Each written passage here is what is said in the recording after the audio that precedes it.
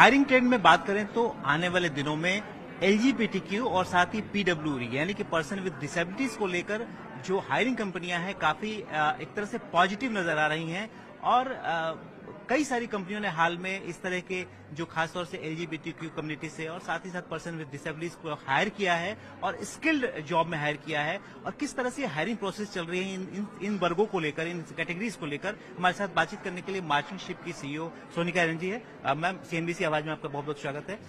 बहुत ही एक अच्छा ट्रेंड है और काफी पॉजिटिव ये बात है कि एलजीबीटीक्यू कम्युनिटी और पर्सन विद डिसेबिलिटीज को लेकर कंपनियां आगे आ रही हैं और ओपन हैं। ये नया बदलाव कैसे हो रहा है और कौन कौन सी कंपनियां हैं जहां पर आप देख रही हैं कि इस तरह के लोग को हायरिंग में प्रायोरिटी दी जा रही है? देखिए, ये बदलाव एक तो इसलिए हो रहा है कि अवेयरनेस बढ़ रही है। 2018 में सेक्शन 377 हटाया गया, फिर उसके बाद ट्रांसजेंडर एक्ट आया 2019 में। सोशल मीडिया पे बहुत बात होती है, कंपनीज में अवेयरनेस सेशंस होते हैं, कम्युनिटी खुद भी बहुत आगे बढ़ के अवेयरनेस इंक्रीज करने की कोशिश कर रही है, एलाइज भी बहुत इंक्रीज कर रहे हैं। आज जैसे हमारे इवेंट में अक्षय त्यागी आए हैं ललित सूरी ग्रुप से, वो तो 6-7 साल से ट्रांसजेंडर हायरिंग, एलजीबीटीक्यू हायरिंग को सपोर्ट कर रहे हैं और उनके यहाँ तो हर लेवल पे मतलब टॉप मैनेजमेंट, बोर्ड लेवल से लेके हर लेवल पे एलजीबीटीक्यू कम्युनिटी का रिप्रेजेंटेशन है। जहाँ तक पीपल विद डिसेबिलिटीज का वो आता है, 2016 में आरपीडब्ल्यूडी एक्ट आया जिसमें 21 डिसेबिलिटीज की बात होती है। धीरे धीरे उसके बारे में भी अवेयरनेस बढ़ रही है, ज्यादा से ज्यादा लोग, और उसमें भी जो पीपल विद डिसेबिलिटीज हैं वो भी अपने एनजीओज के थ्रू या अलग अलग प्लेटफॉर्म्स के थ्रू अवेयरनेस बढ़ा रहे हैं। ऐसे हायरिंग फेस्ट्स होते हैं, हायरिंग प्लेटफॉर्म्स होते हैं जहाँ पे सिर्फ पीपल विद डिसेबिलिटीज की हायरिंग होती है, उनके रेज्यूमेज होते हैं। अभी हम लोग जैसे मैं नाम नहीं लूंगी बट ऐसी काफी कंपनीज हैं पूना में, बैंगलोर में, जो चाहती हैं और हमारे साथ काम भी कर रही हैं, कह रही हैं कि आप पहले हमारे बिल्डिंग्स का ऑडिट करो, उनको देखो कि हम उनको कैसे इंफ्रास्ट्रक्चर और डिजिटली एक्सेसिबल बनाएं, उसके बाद हमारी हेल्प कीजिए इन हायरिंग पीपल विद डिसेबिलिटीज, फिर उनका इंडक्शन और ट्रेनिंग बूट कैंप की तरह, और फिर हम उनको फिर रिटेन करने के लिए जिससे उनको एक अच्छा माहौल मिले, पॉलिसीज, प्रोसेसेस। सो ये एक पूरी जर्नी है और कंपनीज ये रियलाइज कर रही है कि एक पूरी जर्नी है, तो उसमें हम एक पार्टनर की तरह जाके एक पार्टनरशिप हो सकती है।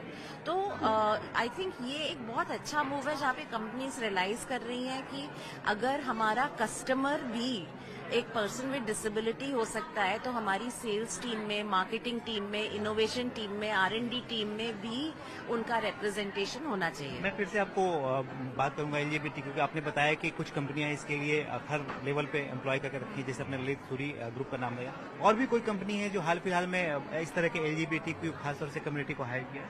बहुत सारी हैं। देखिए, अभी मैं ललित सूरी ग्रुप का इसलिए नाम ले सकती हूँ क्योंकि इवेंट में अक्षय जी आए हुए हैं, लेकिन ऐसी बहुत सारी कंपनीज हैं जहाँ पे अवेयरनेस सेशंस होते हैं। हाँ, जैसे टाटा में हुआ था ट्रांसजेंडर्स का, एक मतलब शॉप फ्लोर पे उन्होंने हायरिंग की थी, पूरा बैच हायर किया था। तो ऐसे हैं कंपनीज बहुत सारी हैं जहाँ पे वो लोग फर्स्ट स्टेप ले रहे हैं, उनकी सेंसिटाइजेशन, एम्प्लॉयज की सेंसिटाइजेशन, लीडरशिप की सेंसिटाइजेशन, अगर कोई टीम में है उनके साथ कैसे डील करना है, उनको सोशल इंक्लूजन, कंट्रीब्यूटर इंक्लूजन कैसे ड्राइव करना है, ये सब चीजें ड्राइव कर रही हैं कंपनीज और बड़े इंटेंट के साथ कंसिस्टेंटली। और जो लोग एम्प्लॉय हो रहे हैं एलजीबीटीक्यू के कम्युनिटी से, उनको ऐसा अंदर किस तरह के, मतलब आप लोगों की नज़र से कैसा उनको एक्सपीरियंस रहता है? आपसे बातचीत होती होगी, कैसे उनको लगता है कि मेन स्ट्रीम में वो लोग काम कर पा रहे हैं, नहीं कर पा रहे हैं, क्या उनको दिक्कतें हो सकती हैं, उसके बारे में बताइए। ये एक मिक्स रिस्पॉन्स होता है, कभी कभी गलतियां भी हो जाती हैं और कभी कभी बहुत अच्छा एक्सपीरियंस भी होता है। इंक्लूजन एक जर्नी है और जिसपे बहुत सारी कंपनीज निकल पड़ी हैं, लेकिन जिसे कहते हैं ना कि कभी कभी क्या होता है कि चलते चलते बीच में एक पत्थर आ गया, कंकड़ आ गया, जिसकी वजह से चोट लग जाती है। लेकिन उसकी वजह से हम चलना नहीं छोड़ देते। तो मैं ये बोलूंगी कि कुछ एक्सपीरियंसेस अच्छे होते हैं जहाँ पे लोग 6-6, 7-7 साल या अगर अभी ज्वाइन किया है तो कंटिन्यू कर रहे हैं, उनका अच्छा एक्सपीरियंस है। कहीं पे उनको लगता है कि शायद कंपनी रेडी नहीं थी, तो इंटेंट था लेकिन इंफ्रास्ट्रक्चर हो या पॉलिसी वाइज हो या मैनेजर माइंडसेट हो, उस हिसाब से शायद रेडी नहीं थी, तो वहाँ पे शायद उनका इतना अच्छा एक्सपीरियंस नहीं रहा। आप लोग सेंसिटाइज कर रहे हैं इन चीजों को लेकर, पीडब्ल्यूडी और एलजीबीटीक्यू कंपनियों बिल्कुल कर रहे हैं, जहाँ मतलब इस तरह की बातचीत चलती है या होती है, इस मुद्दे पे बातचीत होती है नहीं होती? एक बारी में कम से कम 10 से 15 कंपनीज करा रही होती हैं हमारे साथ। तो आई थिंक एक अच्छा पेस है, पेस बहुत अच्छा है। बिल्कुल होती है, हर डिस्कशन में होती है। मैं अगर मैं पिछले 20 तारीख से ले लीजिए आप, 20 तारीख से लेके आज 29 है, मैं हर दिन एक सेशन किया है और हर सेशन में इन दोनों टॉपिक्स पे बात हुई है और लोग सुनने को तैयार हैं, बहुत ओपनली सवाल करते हैं कि अगर प्रोनाउंस में गलती हो गई, अगर मुझे किसी पर्सन विद डिसेबिलिटी से कुछ बात करनी है, उनको मैं क्या बोलूं जिससे उनको बुरा ना लगे। हमारी तरफ से भी बहुत हिचकिचाहट होती है हम लोगों को। ऐसा नहीं है कि लोग जानबूझ के डिस्क्रिमिनेटरी होना चाहते हैं या एक्सक्लूजनरी होना चाहते हैं। आई थिंक अगर लैक ऑफ अवेयरनेस है या हिचकिचाहट है, उसको दूर करना है। तो मैं सच्ची बोल रही हूँ, पिछले फ्रॉम 20th टिल नाउ मैंने जितने सेशन किए हैं हर एक में बात हुई है।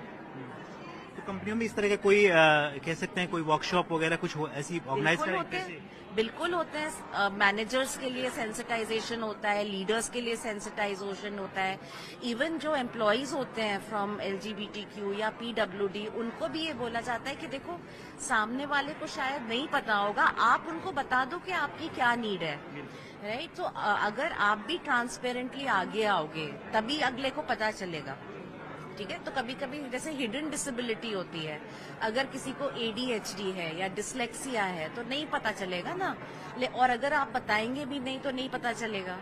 तो हम एनकरेज करते हैं कि डिस्क्लोज कीजिए, जिससे अगले आपका चाहे मैनेजर हो चाहे पेयर हो, वो आपको सपोर्ट कर सके। तो हर तरह के सेशंस होते हैं, हर तरह की वर्कशॉप होती है और ये करना जरूरी है। शुक्रिया सीएनबी से बात करने के लिए, क्योंकि आपने कहा कि ठोकर लगने से आदमी चलना नहीं छोड़ेगा।